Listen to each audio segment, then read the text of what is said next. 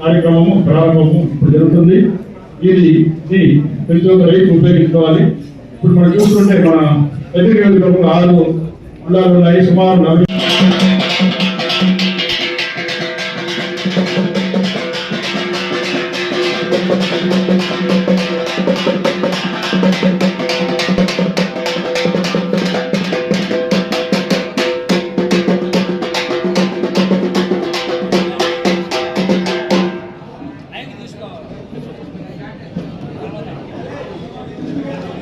శ్రీ కందికుంట వెంకట ప్రసాద్ గారికి పిఎం కిసాన్ నిధి మరియు అన్నదాత సుఖీభవ ఈ కార్యక్రమంలో ఇచ్చేసిన కార్యకర్తలు మరియు నియోజకవర్గ స్థాయి రైతుల బాంధవులందరికీ కూడా కృతజ్ఞతాభివందనాలు.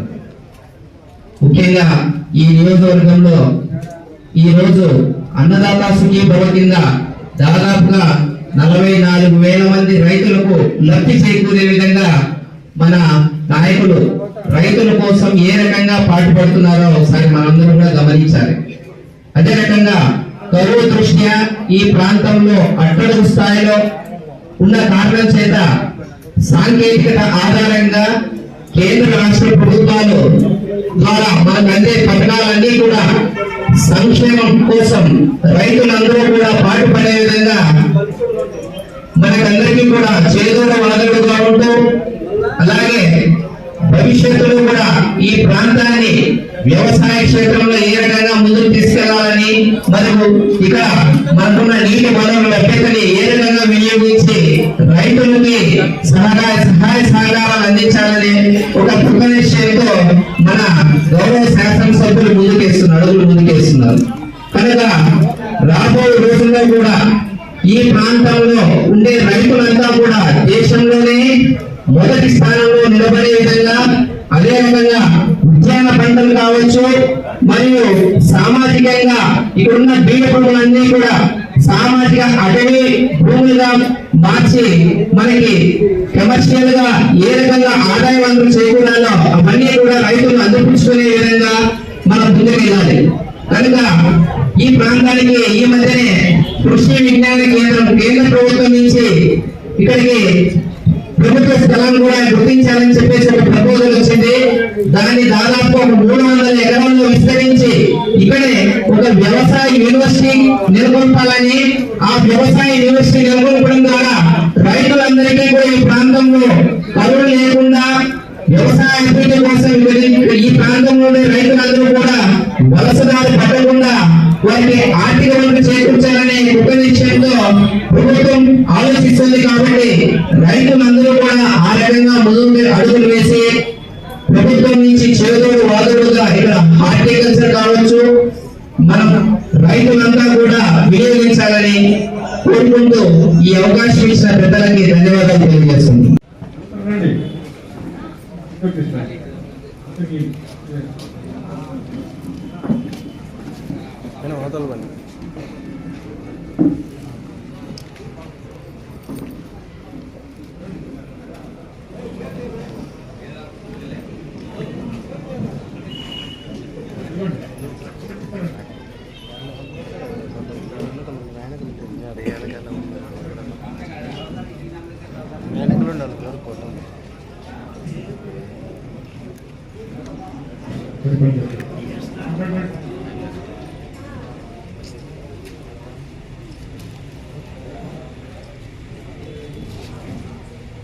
నా పేరు రేణుక, ధ్వజలో పంచాయతీ నల్లజెరువు మండలం. మహిళా రైతుగా ఈ కార్యక్రమంలో ఇచ్చేందుకు నాకు చాలా ఆనందంగా ఉంది. మా ఆయన 19 పిఎం కిసాన్ 38,000 అందండి. ఇప్పుడు 20వ విడత 2,000 పిఎం కిసాన్, 5,000 అన్నదాత సుఖీభవ అందుతుంది. ఈ ప్రతి సకాలంలో ఇచ్చినందుకు మేము ఏ రైతు దగ్గరికి కానీ కార్పొరేట్గా 3 రూపాయలు 5 రూపాయలు పోకుండా సకాలంలో పంటలు వేసుకోవడానికి ఎరువులకు విత్తనాలకు ఉపయోగించుకున్నాను. ఈ అవకాశాన్ని ఇచ్చిన పెద్దలకు అందరికీ ధన్యవాదాలు. ప్రధాని మోడీ గారికి, శ్రీ నారా చంద్రబాబు నాయుడికి, మన ఎమ్మెల్యే కందికొండ సార్ గారికి నా పాదాలు బాగుపడాల ఉద్దేశంతోనే మనకు నేను 34 సంవత్సరాలు సర్వీస్ చేసినాను. నేను చాలా మంత్రుల దగ్గర ఎమ్మెల్యే దగ్గర పనిచేసినాను. కానీ కదిరి నియోజకవర్గం సంబంధించి మన ఎమ్మెల్యే గారి యొక్క విశ్వాసం ఎక్కడుందంటే మీరు ఫ్రీగా మీకు ఉద్యోగం చేసుకోండి, ఆర్థిక జోక్యం ఏమి ఉండదు. కానీ రైతులకు ఉద్దేశము ఆయన యొక్క ఉద్దేశాన్ని మేమంతా పూజ తప్పకుండా ఇప్పుడు కానీ ఫ్యూచర్ కానీ పాటించి రైతులకు ఎటువంటి ఇబ్బంది లేకుండా పర్టికులర్గా కదిరి అధ్యక్షుల వారికి, వేదిక అనుమతించిన అధికారులకు, వేదిక పొందనటువంటి కోటి సోదరి సోదరిమణులకు మా హృదయపూర్వక నమస్కారములు. మా పేరు వెంకటరమణ రెడ్డి, మాది కనకల మండలం గల్లోడు గారి. ఇంతకు పూర్వం 19 విడతలుగా పిఎం కిసాన్ యోజన కింద 38,000 రూపాయలు మాకు అందింది. 20వ విడతగా ఖరీఫ్ సీజన్లో సమయానుకూలంగా రాష్ట్ర ప్రభుత్వం ద్వారా చంద్రబాబు నాయుడు గారు, కేంద్ర ప్రభుత్వం ప్రధానమంత్రి మోడీ గారు కలిసి 7,000 రూపాయలు మా వ్యవసాయ వనరులకు సకాలంలో అందజేసినందుకు వారికి కూడా మా హృదయపూర్వకమైనాడు. ఈ సీజన్లో మాకు తోడ్పాటైన రాష్ట్ర కేంద్ర ప్రభుత్వాలు సాధికంగా 10 కాలాల పాటుగా ఉండాలని, మాకు అన్నదానం మాదిరి కదిరి మాదిరి మా కదిరి నియోజకవర్గాన్ని ఎప్పుడూ సమీక్షిస్తున్న కందికొండ వెంకటప్రసాద్ గారికి మరొక ధన్యవాదాలు. ఇప్పటికీ పన్నకల మండలం నుంచి ఒక రైతు సోదరుని భావించి నన్ను ఆహ్వానించిన మా ఏవో భారతీ మేడం గారు కూడా నా హృదయపూర్వక నమస్కారం. అందరికీ ఈరోజు ఈ అన్నదాత సుఖీభవ అనే కార్యక్రమానికి చేసిన మన కదిరి నియోజకవర్గపు ఎమ్మెల్యే గారికి, ప్రసాద్ గారికి, మరియు ఈ కార్యక్రమం నిర్వహిస్తున్న ఏపీ డిపార్ట్మెంట్ వారికి, అలాగే మన మున్సిపల్ చైర్మన్ మేడం గారికి, అలాగే ఇక్కడికి వచ్చిన మిగతా పాత్రికేయులకి, తర్వాత ముఖ్యంగా రైతులకు, అలాగే రైతు కుటుంబ సభ్యులందరికీ, అలాగే వచ్చి ప్రతి ఒక్కరికి కూడా పేరు పేరు నమస్కారం అండి. ఏదైనా సరే రైతే మనకి వెన్నుమొక్క, రైతు లేనిదే ఏది ముందుకు వెళ్ళదు. కాబట్టి అసలు ప్రపంచంలో నిజమైన రాజు ఎవరంటే రైతే. రైతు ఎవరి మీద ఆధారపడిన అవసరం లేదు, ఎవరికి భయపడిన అవసరం లేదు. కానీ హాలిడే ప్రకటించాడంటే మొత్తం అంతా కూడా కొలాప్స్ అవుతుంది. అందుకే ప్రతి ఒక్కసారి కూడా ప్రభుత్వం ప్రతిసారి కూడా మొదట వ్యవసాయ రంగం పైన దృష్టి పెడతారు.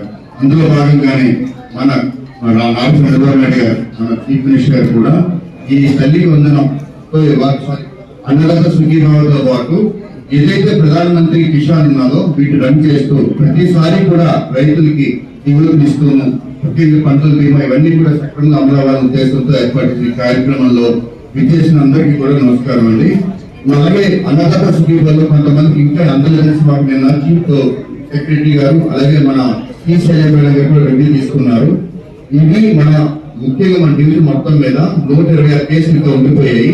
ఆ వివరాలన్నీ కూడా ఏడీ గారు మళ్ళీ 126 కేసులు ఇంకా ఉండిపోయాయి. అంటే ఎలిజిబిలిటీ ఉంది కూడా రాంగ్ ఆర్డర్స్ అవ్వడము, మిస్మ్యాచ్ అవ్వడం అలాంటివి ఇప్పుడు వెబ్సైట్ స్టార్ట్ చేస్తాము. అది మా యొక్క లైన్ రాగానే ఇమీడియట్ గా మీకు అప్లోడ్ చేస్తామండి. ఆ 126 మంది రైతులకు ఎవరికి అన్నదాత సుఖీభావ పడలేదో ఆ రైతులు దయచేసి కన్సర్న్ ఎంఆర్ ఆఫీస్ నుండి ఒకసారి కలవండి. మీ యొక్క అగ్రికల్చర్ ఆఫీసర్ తో పాటు అక్కడ ఉన్న తహసీల్దార్ కూడా మీ యొక్క వివరాలని మిస్మ్యాచ్ అయినవి, అలాగే రాంగ్ ఆర్డర్స్ అయినవి అన్ని కూడా క్లియర్ చేసి మీకు మళ్ళీ అన్నదాత సుఖీభావ అనే పథకంలో మీరు అడుగుగా చేర్చడం జరుగుతుందండి. నమస్తే అందరికీ, thank you. Main branch canal కూడా దాదాపు 500 కోట్లతో ఎర్మికుంట తలుపుల మండలానికి కూడా నీళ్ళు ఇచ్చేటువంటి కార్యక్రమం, నీళ్లు తీసుకునేటువంటి కార్యక్రమంలో ఇంకా విడుదల చేయడం కానీ లైనింగ్ చేయడం కానీ పూర్తవుతుందని చెప్పేసి కూడా ఈ సందర్భంగా తెలియజేస్తా ఉన్నారు. గాండ్లపేట మండలానికి కూడా ఎగువనున్నటువంటి మెట్ట మీద ఉన్నటువంటి గాండ్లపేట మండలానికి కూడా ఏదైతే ఇప్పుడు జరుగుతుందో హెచ్ఎన్ఎస్ఎస్ ఉప్పల్ బ్రాంచ్ కెనాల్ పనులు దాంతో పాటు ఎక్స్ట్రా వర్క్ కింద కూడా చేయిస్తాను. దానికి కూడా తొందరలోనే నీళ్ళు ఇచ్చేటువంటి పరిస్థితులు కూడా కల్పిస్తున్నాం. ఈ నియోజకవర్గంలో ఏ మండలంలో కూడా రైతాంగము నీళ్ల కోసం ఇబ్బంది పడేటువంటి పరిస్థితుల నుంచి దూరం చేస్తామని చెప్పేసి కూడా మీకు ఈ సందర్భంగా తెలియజేస్తున్నాం. ఆ బాధ్యత మారి ఏదో వేదిక మీద మాట్లాడేసి ఊరికే కూర్చునేటువంటి నాయకత్వం కాదు. మీ ముందున్నటువంటి నాయకత్వం, అనుభవం ఉంది, బాధలు పడినాం, కింద మీద పడినాం. మా సోదరుడు ప్రెస్ మీట్ సమాధానం చెప్తున్నాడు కానీ చెత్త బ్యాచ్ అంతా మనం సమాధానం చెప్పాల్సినటువంటి అవసరం లేదు. రోడ్డు వెంబడి ఏరుకుపోతుంటే కుక్కలు చాలా మరుగుతుంటాయి. పని చేసి ఫలితాలు ఇచ్చినప్పుడు ప్రజలు చూపుతారు.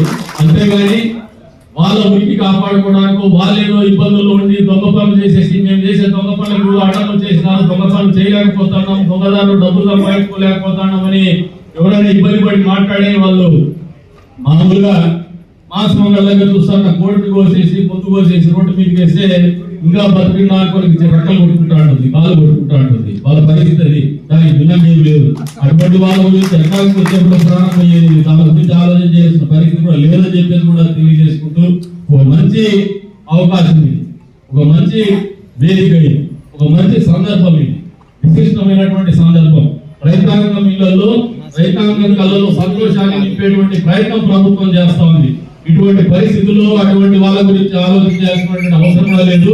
అభివృద్ధి ధ్యేయంగా సంక్షేమమే ప్రభుత్వ ధ్యేయం. ప్రతి వర్గానికి ప్రతి పేదవాడికి అండగా నిలవాల్సినటువంటి బాధ్యత తెలిసినటువంటి నాయకత్వము కేంద్రంలో కావచ్చు, రాష్ట్రంలో కావచ్చు, స్థానికంగా నియోజకవర్గ స్థాయిలో కావచ్చు, గ్రామంలో కావచ్చు ఉన్నటువంటి ప్రభుత్వం ఈ ప్రభుత్వం అని చెప్పేసి మీకు అందరూ కూడా తెలియజేస్తున్నాను. ఎక్కడ కూడా ఏ కష్టం వచ్చినా కూడా, ఏ సమస్య వచ్చినా కూడా పరిష్కారం చేయాలనే పట్టుదలతో ముందుకు పోతున్నటువంటి ప్రభుత్వం. ఫలితాలను తీసుకురావాల, ఫలితాలను ప్రజలకు అందుబాటులోకి తీసుకొచ్చేందుకు కష్టపడాలనే ఒక సంకల్పంతో ముందుకు పోతున్నటువంటి ప్రభుత్వము, నాయకత్వం మీ ముందుందని చెప్పేసి తెలియజేసుకుంటూ మరొకసారి ఈ ప్రభుత్వం యొక్క సత్సంకల్పానికి మీ అందరి ఆశీర్వాదం ఉండాలని చెప్పేసి రైతాంగాన్ని కోరుకుంటూ ఈ రోజు చంద్రబాబు నాయుడు గారు చేస్తున్నటువంటి ఈ కార్యక్రమాన్ని మీ అందరూ కూడా సహృదయంగా అర్థం చేసుకొని భవిష్యత్తులో కూడా ఆయన మరింత ఉత్సాహంతో మరింత ఆరోగ్యంతో పనిచేసేటువంటి పరిస్థితులు కల్పించాలంటే మన అందరి ప్రోత్సాహం కానీ మన అందరి ఆశీర్వాదం కానీ ఈ ప్రభుత్వానికి ఆ నాయకత్వానికి అవసరమని చెప్పేసి కూడా కోరుకుంటూ అవకాశం కల్పించిన మీ అందరికీ కూడా పేరు ఇచ్చినామనే ఒకే ఆలోచన కాదు, ఎన్నికల మాటల్లో ఇచ్చినటువంటి హామీలు నిలబెట్టుకుంటూనే రైతులకు ఇంకా ఎక్కువ చేయాలనే ఆలోచనతో ముందుకు పోతున్నటువంటి ప్రభుత్వం చంద్రబాబు నాయుడు గారి ప్రభుత్వం. ఆర్థికంగా ఇబ్బందులు సవాలక్ష ఉన్నా కూడా అధిగమిస్తూ మిగతా వాటిని కూడా బ్యాలెన్స్ చేసుకుంటూ వ్యవసాయం గమనిస్తే తల్లికి మొదలం అందరూ ఎంతమంది పిల్లలు జరుగుతుంటే అంతమంది పిల్లలు కూడా డబ్బులు ఇచ్చినటువంటి ఘనత. దీపం పథకం 2 కింద 3 గ్యాస్ సిలిండర్లు ఉచితంగా ఇచ్చేటువంటి కార్యక్రమం లేదు, సబ్సిడీ అందజేసినటువంటి కార్యక్రమం. అంతేకాకుండా ఈ రోజున అన్నదాత సుఖీభవ పేరు మీద 7,000 రూపాయలు అందజేస్తున్నటువంటి పరిస్థితులు. అంతేకాకుండా 10వ తారీఖు నుంచి మహిళలకు మళ్ళీ ఉచిత బస్సు ప్రయాణం. అంతేకాకుండా మీరు ఒకసారి గమనిస్తే మెగా డిఎస్సి పేరు మీద 16,500 ఉద్యోగాలకి నియామకాలకి ప్రవేశ పరీక్ష నిర్వహించి వాళ్ళ తొందరలోనే ఉద్యోగాలు ఇచ్చేటువంటి పరిస్థితి. నిన్ననే పోలీస్ కానిస్టేబుల్ పరీక్షల ఫలితాలు వచ్చినాయి. ఈ ప్రాంతంలో కూడా చాలా మంది పిల్లలు పోలీసు కానిస్టేబుల్ సెలక్షన్ అయినటువంటి పరిస్థితి. అందులో మీరు ఒక్కటి అర్థం చేసుకోండి, అన్ని వర్గాలకు ఉన్నటువంటి సమస్యల్ని కూడా పరిష్కారం చేయాలని ముందుకు పోతున్నటువంటి ప్రభుత్వం ఇది. ప్రత్యేకించి రైతాంగానికి ప్రత్యేకంగా కొన్ని సదుపాయాలు ఇవ్వాల. అన్నదాత చల్లగా ఉంటేనే ఈ రాష్ట్రం సుభిక్షంగా ఉంటుంది. అన్నదాత 10 మందికి అన్నం పెట్టాలనే ఆలోచనతో ఉండేటువంటి వాళ్ళకి ఎన్ని కష్టాలు ఉన్నా కూడా వాళ్ళ ఇళ్ళ దగ్గరికి పోతే గ్రామీణ ప్రాంతంలో అన్నం పెడతారు ప్రస్తుత రైతాంగం. అంత సున్నితమైనటువంటి మనసున్నటువంటి వాళ్ళు 10 మందికి మంచి చేయాలని కోరుకునేటువంటి మనస్తత్వం ఉన్నటువంటి రైతులకు ఎంత చేసినా తక్కువ అని చెప్పేసి ఆలోచనతోనే ఈ రోజు ఈ ప్రభుత్వం ఇటువంటి ప్రోత్సాహకాలను అందిస్తూ వస్తుంది. మీరు అంతేకాకుండా ఇందాక స్ప్రింక్లర్ గురించి చెప్తూ వచ్చినారు. గత 5 సంవత్సరాల కాలంలో 1 ఇంచు స్ప్రింక్లర్ ఇచ్చినటువంటి పరిస్థితి ఉందా? ఒకసారి ఆలోచన చేసుకోమని. కానీ స్ప్రింక్లర్లు కానీ ఈ రోజున ఈ ప్రభుత్వం వచ్చిన మొదటి సంవత్సరంలోనే 90% సబ్సిడీతో మీకు డ్రిప్ పరికరాలు ఇస్తున్నటువంటి అందజేస్తున్నటువంటి ఘనత ఈ ప్రభుత్వానికి దక్కుతుందని ఈ సందర్భంగా తెలియజేస్తున్నాను. మీరందరూ కూడా ట్రాన్స్ఫార్మర్లు మీరు ఒకసారి గమనిస్తే మనము ఆంధ్రప్రదేశ్ రాష్ట్రంగా ఉన్నప్పుడు అంటే హైదరాబాద్ రాజధానిగా ఉన్నప్పుడు ట్రాన్స్ఫార్మర్లు పోతే అసలు దానికి రిపేరే దాదాపు కొన్ని సంవత్సరాలు అయ్యేది. అటువంటి పరిస్థితుల్లో రాష్ట్ర విభజన జరిగిన తర్వాత చంద్రబాబు నాయుడు గారు ముఖ్యమంత్రి అయినప్పటి నుంచి ట్రాన్స్ఫార్మర్లు ఎక్కడైనా రిపేర్ వస్తే 24 గంటల్లో రిపేర్ కానీ లేదంటే రీప్లేస్మెంట్ కానీ చేసినటువంటి ఘనత మా ప్రభుత్వానికి అందుతుందని ఈ సందర్భంగా తెలియజేస్తా ఉన్నాను. అంతేకాకుండా ఈ మధ్య కాలంలో రైతాంగం కొద్ది వరకు ఈ నియోజకవర్గంలో నేను గమనించింది ఏమంటే ట్రాన్స్ఫార్మర్ల కోసం ఇబ్బంది పడతా ఉన్నారు. నేను ప్రత్యేకంగా చొరవ తీసుకొని మొదటి విడతలో మనం 150 ట్రాన్స్ఫార్మర్లు ఇప్పించాం. మళ్ళీ ఇప్పుడు 100 ట్రాన్స్ఫార్మర్లు పైన తెప్పిస్తున్నాం. ట్రాన్స్ఫార్మర్లు రైతులు వచ్చినప్పుడల్లా మా గుండె పిండినట్టు అవుతుంది. ఎందుకంటే డబ్బులు పెట్టి నెలల పాటు మీరు వేచి ఉండాలంటే నిజంగా ఒక రాక్షసమైనటువంటి ఆలోచన, ఇబ్బందికరమైనటువంటి పరిస్థితి. ఇటువంటి పరిస్థితులకు వచ్చే 3 నెలల లోపల మీ అవసరాలు ట్రాన్స్ఫార్మర్లకు ఏదైతే ఉందో ఇబ్బంది లేనటువంటి పరిస్థితుల్లో ఈ నియోజకవర్గం ఉంటుందని మీకు ఈ వేదిక మీద నుంచి తెలియజేస్తా ఉన్నాను. ఈ కష్టం మాకు తెలుసు, అంతేకాదు మీరు ఒకసారి గమనించుకోండి. అందరి నివాస జలస్రవంతి స్వర్గీయ నందమూరి తారక రామారావు గారి మానస పుత్రిక. తదుపరి రాజశేఖర రెడ్డి గారు ముఖ్యమంత్రిగా ఉన్నప్పుడు కొద్ది వరకు చెరులోపల్లి రిజర్వాయర్ అని ఆలోచన చేసినారు, కానీ తుది రూపులు దిగుకోలేనటువంటి పరిస్థితి. మళ్ళీ మా ప్రభుత్వం వచ్చినప్పుడే దాదాపు 1000 కోట్ల రూపాయలు వెచ్చించి కుటుంబం వరకు కెనాల్లో విటే గతంలో ప్రతిపక్షంలో ఉన్నటువంటి వైఎస్ఆర్సీపీ పార్టీకి చెందినటువంటి వాళ్ళు జలదీక్ష పేరు మీద కాలంలో దిగి ఉప్పానికి నీళ్లు తీసుకోకూడదని చెప్పేసి దీక్షలు చేసినటువంటి వాళ్ళు వాళ్ళ అధికారంలోకి రాగానే మొదటిగా పెద్దిరెడ్డి రామచంద్రారెడ్డి ఈ ప్రాంతానికి కూడా కది ప్రాంతానికి మోసం చేసి ఇబ్బంది పెట్టి నిర్లక్ష్యం చేసి మరి నీళ్ళ జలాన్ని తరలించిపోతా అంటే చోద్యం చూసుకుంటున్నటువంటి గత పాలకుల నిర్లక్ష్య ధోరణికి ఎక్కడ మీరు ఆలోచన చేసుకోండి. కలుపుల మండలంలో ఎన్నికల సమయంలో అరగంట పాటు ఒక షట్టర్ ఎత్తేసి నీళ్లు మళ్లించేసి అరగంటకి కనీసం ఆ కాలువలో నీళ్లు కలుపుల మండలం ప్రవేశం కూడా కాకముందే షట్టర్లు పీల్చినటువంటి మీ ఆలోచన విధానం ఎక్కడ? కొండారెడ్డి చెరువు వరకు కూడా కృష్ణా జిల్లాలని తరలించినటువంటి మా ఆలోచన విధానం ఎక్కడో ఒకసారి రైతాంగం కూడా ఆలోచన చేసుకోమంటున్నారు. ఈ రోజున కాలువల్లో వేసి మీకు అందరికీ కూడా చెరువులు నింపినటువంటి ఘనత కూడా మాకే దక్కుతుందని చెప్పేసి కూడా ఈ సందర్భంగా తెలియజేస్తున్నాం.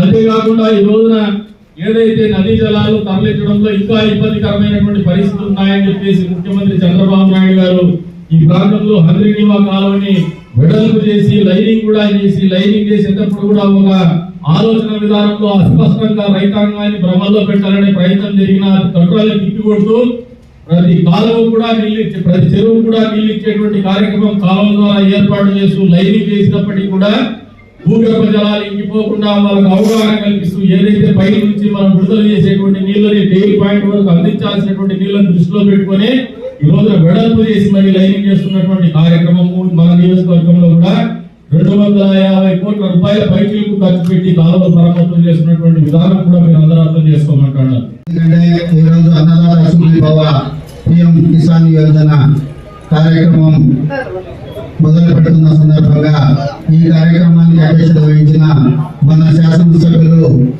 కందికొండ వెంకట ప్రసాద్ అన్న గారికి, అలాగే వేదికను అలంకరించిన నాయకులకు, అలాగే అధికారులకు, అనధికారులకు, రైతులకు అందరికీ నా కృతజ్ఞతలు తెలియజేస్తున్నాను.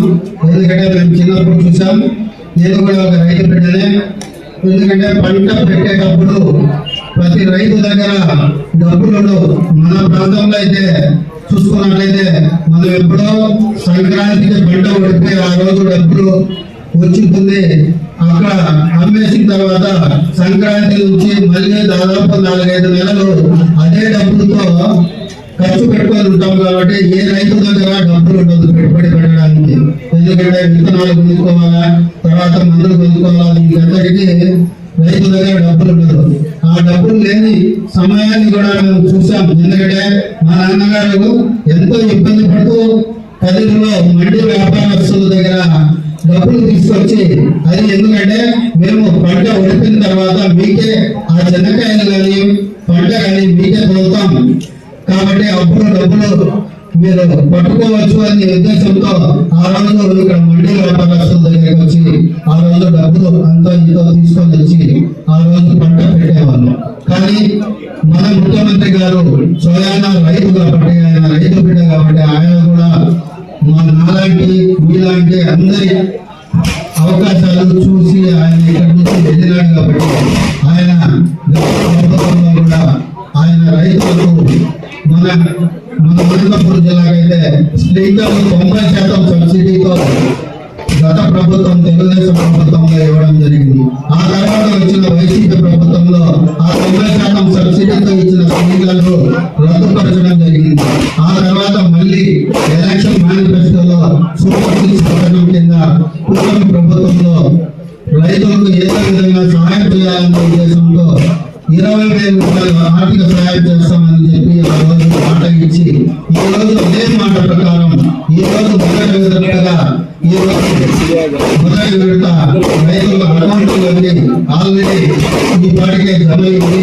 కాబట్టి ఈ కూటమి ప్రభుత్వం ఎప్పుడూ రైతు పరిశ్రమకి అని చెప్పేసి తెలియజేస్తున్నాం. ఎందుకంటే రైతులకు చిన్న అవకాశం ఉన్నా కూడా కూటమి ప్రభుత్వం రైతులకు వెన్నుదండగా ఉంటుందని చెప్పి తెలియజేస్తున్నాం.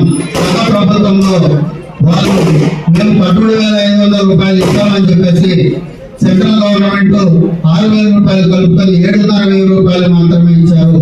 కానీ ఈ ప్రభుత్వంలో సెంట్రల్ గవర్నమెంట్ 6,000 రూపాయలు, ఈ కూటమి ప్రభుత్వం ఆంధ్రప్రదేశ్ ప్రభుత్వం వచ్చేసి 14,000 రూపాయలు కలిపి ఈరోజు 20,000 రూపాయలు రైతుకు సహాయం చేయడం జరుగుతుంది. అది 3 విడతల్లో.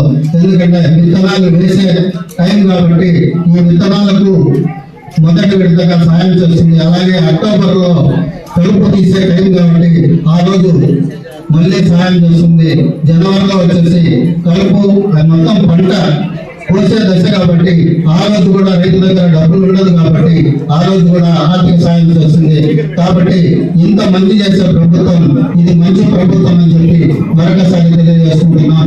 కాబట్టి ప్రతి ఒక్క రైతు ఈ కూటమి ప్రభుత్వాన్ని చేయూత అందించాలని చెప్పేసి మేము ఈ సందర్భంగా తెలియజేసుకుంటున్నాం. నాకు ఈ అవకాశం ఇచ్చిన పెద్దలందరికీ కృతజ్ఞతలు తెలియజేసుకుంటున్నాం. నమస్కారం. చేసినటువంటి రైతు సోదరులందరికీ ఇవాళ అన్నదాత సుఖీభవ పథకం కింద అర్హులైన వాళ్ళు మీ అందరికీ శుభాకాంక్షలు తెలియజేస్తున్నాను. ఒకసారి మనం ఆకలింపు చేసుకుంటే మొదటి నుంచి కూడా తెలుగుదేశం ప్రభుత్వం, కూటమి ప్రభుత్వం అధికారంలోకి వచ్చినప్పటి నుంచి ఏమేమి చేయగలిగినాం, గత ప్రభుత్వం కంటే భిన్నంగా ఏమేమి సాధించగలిగినాం అనేది ఒకసారి రివ్యూ చేసుకోవాల్సిన చాలా ఉంది.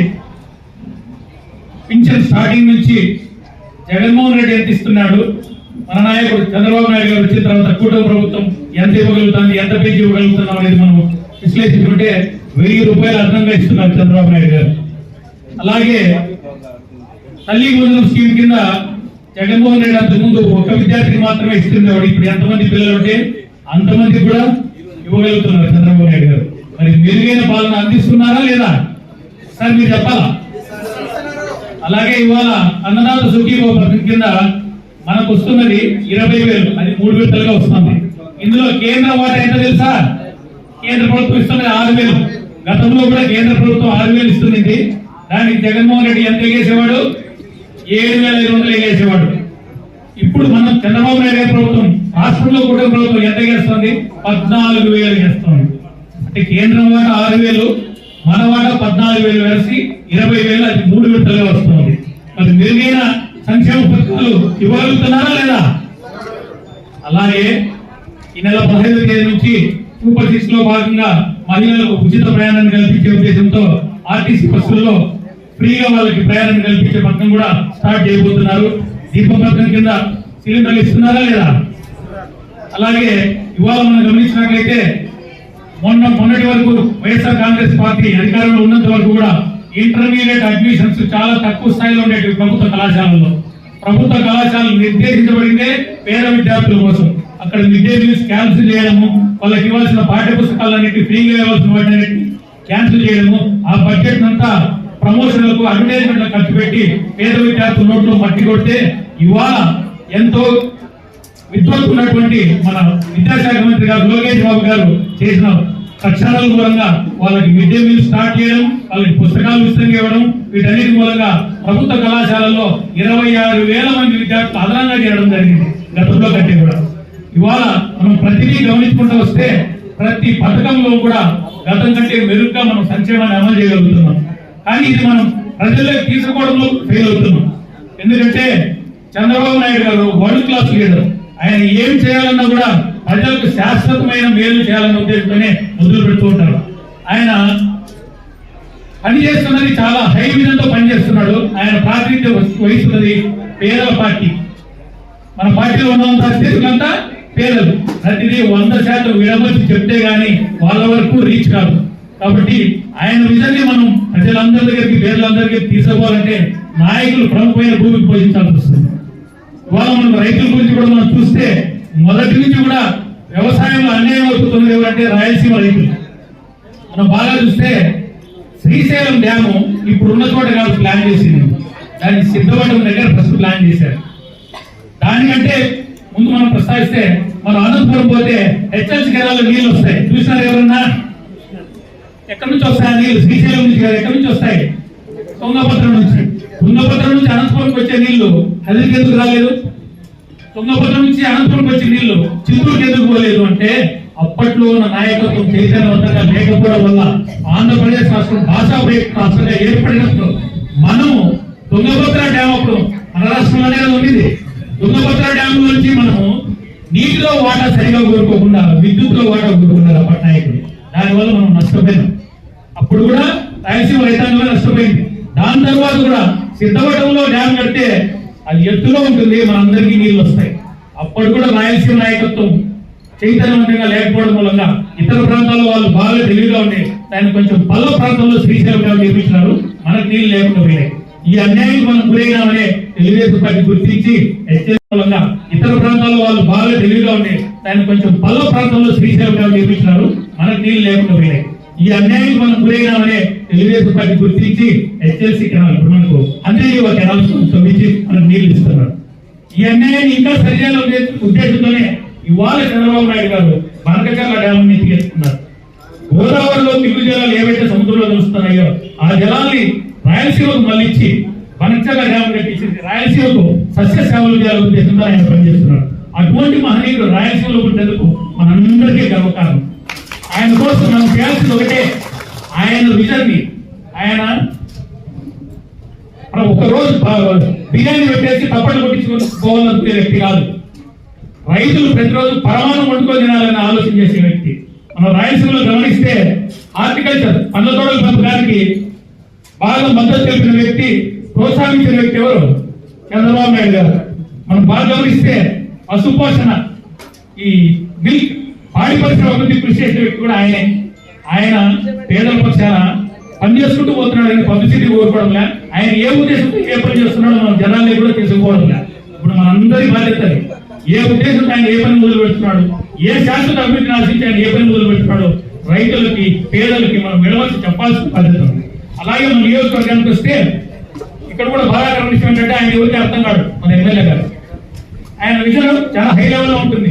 మనం ఇప్పుడున్న వాళ్ళందరం పేదలు, ఆయన విజన్ అర్థం కాదు. ఆయన మాకు టైం కేటాయించడం లేదు, మా కోసం పని చేయడం లేదు, మేము చెప్పింది వినడం లేదు, మా చిన్న చిన్న పంచాయతీలు తీర్చడం లేదు, మా చిన్న చిన్న కోరికలు తీర్చలేదని అందరూ నిష్ఠురాలు పడుతుంటారు. ఆయన ఏ ఉద్దేశంతో ఏ పని చేస్తున్నాడో అర్థం చేసుకోవాల్సిన బాధ్యత మనకందరికీ. ఎందుకు ఉంది అనేది కూడా నేను చెప్తా. మన ఒక ఆయన ప్రెసిడెంట్ పెట్టి విమర్శించినాడు, అయ్యా నువ్వు అప్పుడు ఓడిపోయినావు, 2004లో ఓడిపోయినావు, 2014లో ఓడిపోయినావు, 2019లో ఓడిపోయావు అని చెప్పేసి. గెలిపే లక్ష్యం అయితే మన నియోజకవర్గంలో ఉన్న ప్రత్యేక పరిస్థితులు మీ అందరికీ తెలుసు. ఇక్కడ కమ్యూనిటీ పరంగా ఏ పార్టీకి చెందినటువంటి కమ్యూనిటీస్ అధిక సంఖ్యలో ఉన్నారు మీ అందరికీ తెలుసు. ఆయన వైసీపీ టికెట్ తీసుకుంటే ఈజీగా గెలిచి మినిస్టర్ అయిపోవడా? ఇప్పటికి 3 సార్లు మినిస్టర్ అయింది. ఎందుకు పోలే ఆయన? ఎందుకు పోలే? మీ అందరి ఆత్మగౌరవాన్ని నిలబెట్టడానికి ఆయన తెలుసు. పల్లెల్లో పరిస్థితులు, పల్లెల్లో పేదలు ఏ విధంగా ఆత్మగౌరవం నిలబెట్టుకోలేక తలెత్తుకునేసి బతుకుతున్నారు ఆయన తెలుసు.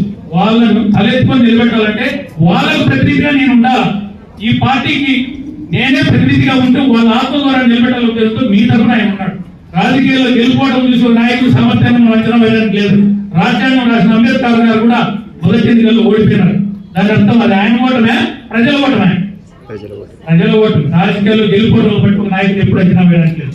ఆయన కూడా ఒక విజన్తో ఒక శాశ్వతమైన, నేను శాశ్వతం కాదు, నేను 8 రాజకీయాల్లో ఉన్నాను, నాకు ఈ టర్మ్ వచ్చింది, గవర్నమెంట్ రూలింగ్ లో ఉంది, శాశ్వతమైన మేలు ఈ ఊరికి చేయాలని తెలుగుదని ఆయన పనిచేస్తున్నాడు. ఆయన ఉద్దేశాన్ని కూడా మీరందరూ అర్థం చేసుకునేసి అందరికి విడమర్చి చెప్పి ఆయన కోఆపరేట్ చేసే విధంగా మనందరూ పనిచేయాలని మనస్ఫూర్తిగా కోరుకుంటూ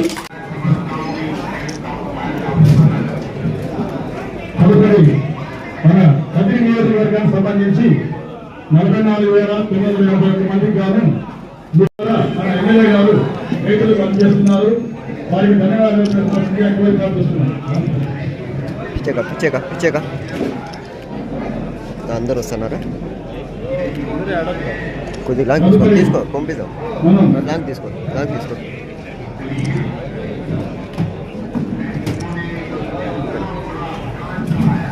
తదుపరి